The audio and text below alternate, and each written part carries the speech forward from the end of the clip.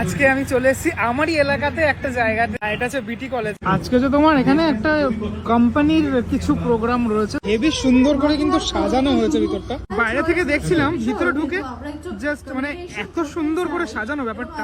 তোমরা যারা পুরনো আমাকে মানে পুরনো যারা দর্শক তারা রমেনদাকে চেনো, তাও যারা নতুন দর্শক তাদের সাথে তো রমেনদার দেখা করাবোই। চলো দেখাই তোমাদেরকে রমেনদাকে।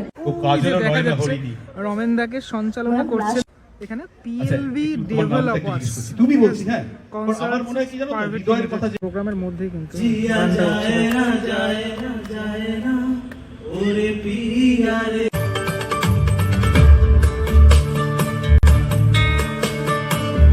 রাইট নাও জমে গেছে পুরো। হ্যাঁ দেখো মঞ্চ জমে গেছে। চলে আসছে রমেনদা অনেকদিন পরে। রমেনদা থাকলে সে জমবেই জমবে। গানের জায়গায় নাচ হচ্ছে, দেখেছো? চিনতে পারছো? সেই তারকদা, সেই কয়েকদিন দেখা হয়েছিল পুরুলিয়াতে। তারকদা এর সাথে নতুন আলাপ হলো। ম্যাডাম তাকাবেন? চলো বাউল শুরু।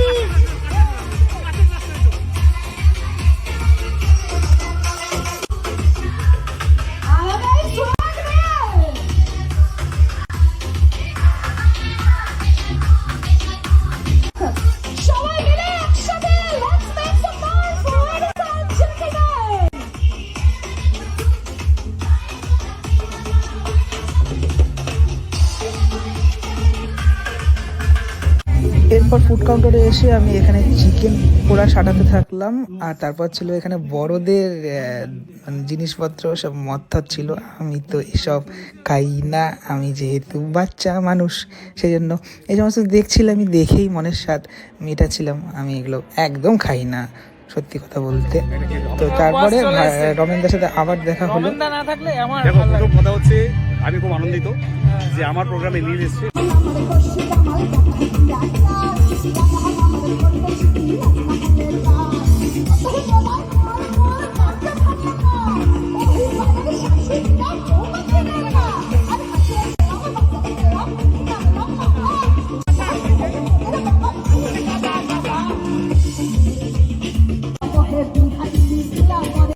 অনেকক্ষণ নাচানাচি করার পর লাস্টে ডিনার নিয়ে নিলাম। আর ডিনারে এই ছিল দেখতে পাচ্ছ। আর ভাইও চলে এসেছিলো।